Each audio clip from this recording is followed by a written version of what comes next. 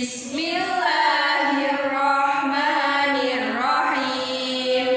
Alhamdulillahirabbil alamin. Ar-Rahmanirrahim. Maliki yaumiddin. Iyyaka na'budu wa iyyaka nasta'in. Ihdinas siratal mustaqim. Siratal ladzina an'amta 'alaihim ghairil maghdubi 'alaihim waladdallin. Rabbighfirli wa liwalidayya wa lil mu'minina amin. Alhamdulillah, semoga pertemuan kali ini diberi kelancaran oleh Allah Subhanahu wa Ta'ala dan diberi kefahaman. Ya, baik anak-anak, minggu kemarin kita telah mempelajari bab Toharoh. Selanjutnya yaitu sekarang bab 7, yaitu dengan tema ketentuan makanan halal dan haram. Baik anak-anak, di pertemuan kali ini materi yang akan Ibu sampaikan yaitu ketentuan makanan halal dan haram. Yang pertama yaitu makanan dan minuman yang halal. Siapa yang tahu di sini anak-anak apakah makanan yang halal itu? Belum, Bu. Ya, akan Ibu jelaskan. Makanan halal adalah makanan yang diperbolehkan syariat Islam untuk dikonsumsi kecuali ada nas Al-Quran atau hadis yang mengharamkannya. Dengan kata lain bahwa semua makanan baik berupa tumbuh-tumbuhan, buah-buahan, binatang, dan lain-lain pada dasarnya adalah halal dan baik atau thayyib. Sampai ada dalil yang mengharapkan bahwa makanan tersebut haram hukumnya untuk dikonsumsi. Dalam Al-Quran, Allah Subhanahu wa Ta'ala berfirman, Bismillahirrahmanirrahim. Ya ayuhan nasu kulu mimma fil ardi halalan thayyiban wa la tattabi'u khutuwati syaitan innahu lakum aduwwun mubin. Yang artinya, hai sekalian manusia, makanlah yang halal lagi baik dari apa yang terdapat di bumi, dan janganlah kamu mengikuti langkah-langkah syaitan, karena sesungguhnya syaitan itu adalah musuh yang nyata bagimu. Terdapat pada Quran Surah Al-Baqarah ayat 168.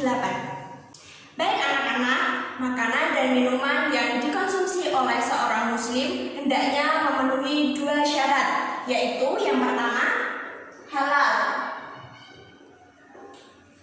yang mana telah dijelaskan di awal tadi. Halal yang artinya diperbolehkan untuk dikonsumsi dan tidak dilarang oleh hukum syara, yang artinya tidak ada dalil dalam Al-Quran ataupun hadis yang mengharamkannya.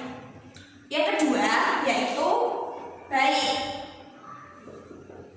atau bisa disebut thayyib, yang artinya makanan atau minuman itu sehat, bergizi, mengandung nutrisi, dan bermanfaat untuk kesehatan tubuh kita.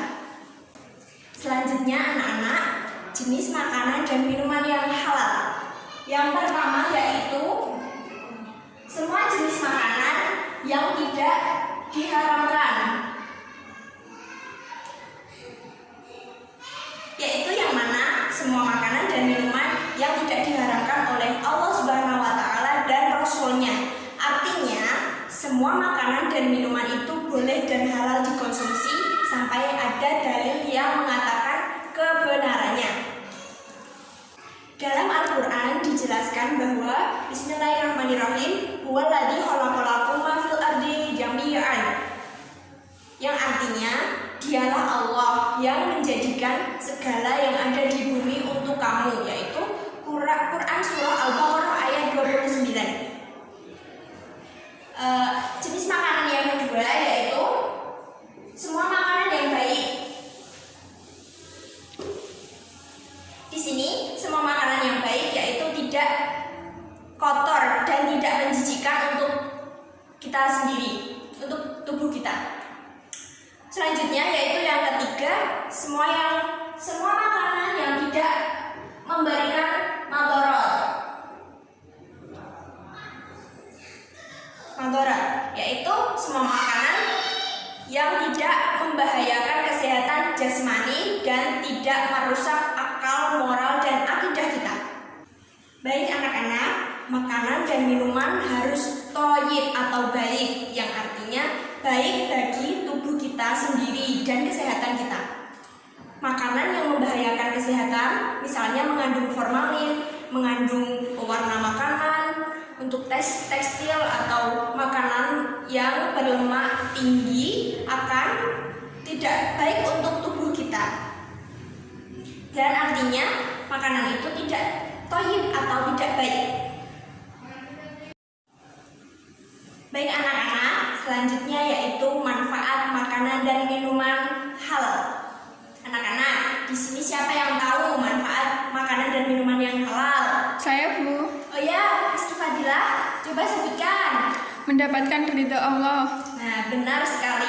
Anak-anak, manfaat makanan dan minuman yang halal yang pertama yaitu mendapatkan ridho Allah Subhanahu wa taala karena telah menaati perintahnya dan memilih jenis makanan dan minuman yang halal. Yang kedua yaitu menumbuhkan akhlakul karimah atau karakter positif dan terhindar dari akhlak mazmumah atau karakter yang negatif. Yang ketiga yaitu menjadi sumber tenaga, yaitu menjadikan energi positif dalam tubuh kita. Yang keempat yaitu terjaga kesehatannya karena setiap makanan dan minuman yang telah dikonsumsi bergizi dan baik untuk tubuh kita, yaitu tubuh kita akan menjadi tubuh yang sehat. Yang kelima yaitu menjaga akal dan hati seseorang. Nah, baik anak-anak, yang selanjutnya yaitu ketentuan makanan dan minuman yang haram. Haram ya. Nah, baik anak-anak, siapa yang tahu apakah makanan dan minuman yang haram itu? Belum, Bu. Nah, akan Ibu jelaskan. Makanan dan minuman yang haram adalah makanan dan minuman yang diharamkan untuk dikonsumsi. Karena apa? Karena ada nas dalam Al-Quran dan Al-Hadis. Sebaliknya, meninggalkan makanan dan minuman yang dilarang syara pasti berfaedah dan mendapat pahala bagi diri kita sendiri. Nah, jenis makanan dan minuman haram yaitu dibagi menjadi dua. Garis besarnya yaitu dua, yaitu yang pertama li ghairihi dan yang kedua li zatihi.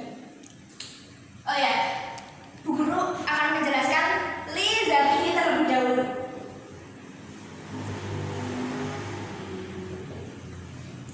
Li zatihi adalah makanan yang haram karena zatnya. Maksudnya, hukum asal dari makanan itu sendiri memang sudah haram. Haram bentuk ini ada beberapa di antaranya. Yang pertama yaitu daging babi.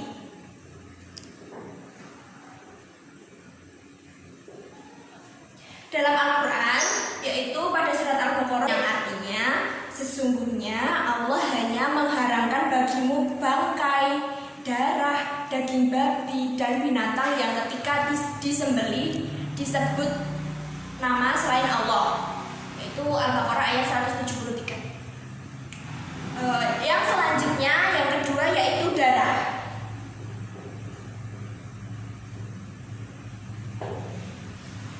Darah yang mengalir dari binatang atau manusia haram dikonsumsi, baik secara langsung maupun dicampurkan pada bahan makanan, karena dinilai najis, kotor, menjijikkan, dan dapat mengganggu kesehatan tubuh kita. Demikian juga darah yang sudah membeku yang dijadikan makanan dan diperjualbelikan oleh sebagian orang. Adapun darah yang melekat pada daging halal boleh dimakan karena dikarenakan susah ketika menghilanginya.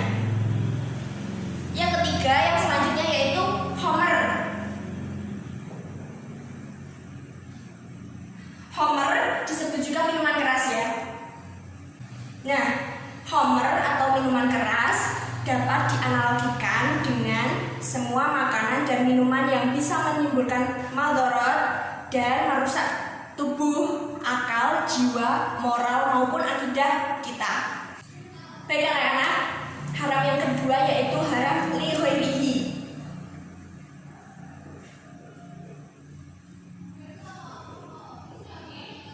Siapa yang tahu haram li ghairihi? Belum paham, Bu. Ya, baik, akan Ibu jelaskan.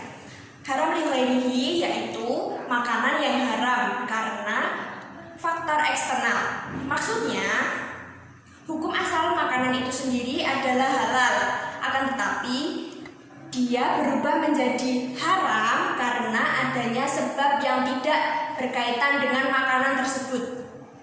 Haram bentuk ini ada beberapa macam, yaitu diantaranya yang pertama, bangkai, ya, yaitu semua binatang yang mati tanpa penyembelihan yang syar'i dan juga bukan hasil perburuan. Nah, baik anak-anak, namun ada beberapa jenis bangkai yang ketika kita mengkonsumsinya tidak diharamkan, yaitu yang pertama ikan, karena ikan hidup di air, dan yang kedua yaitu belalang, dan yang ketiga yaitu semua jenis janin yang mati karena di dalam kandung induknya. Selanjutnya yang kedua yaitu semua makanan halal yang tercampur oleh najis, ya. Tercampur najis. Nah, yang mana semua jenis makanan halal yang tercampur najis. Contohnya seperti mentega, madu, susu, minyak goreng atau dan sebagainya yang sudah tercampur oleh najis, seperti najis tikus ataupun cicak misalnya. Nah, baik anak-anak, yang selanjutnya yaitu makanan yang didapat dari usaha yang zalim.